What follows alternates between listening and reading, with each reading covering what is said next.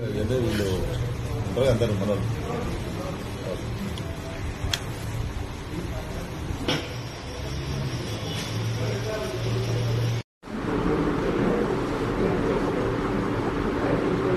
ఈరోజు సాయంత్రం 6 గంటలకు మహమ్మద్ ఫరూక్ నుంచి మాకు ఫిర్యాదు అందింది.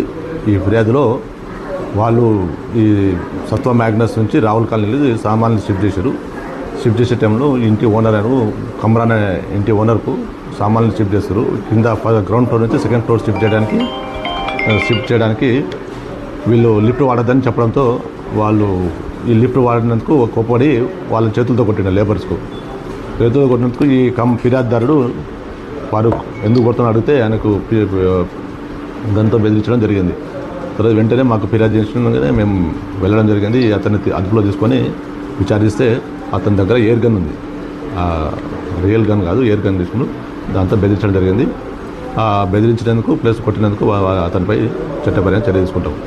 కానీ ఎటువంటి లా అండ్ ఆర్డర్ కానీ ఏం జరగలేదు.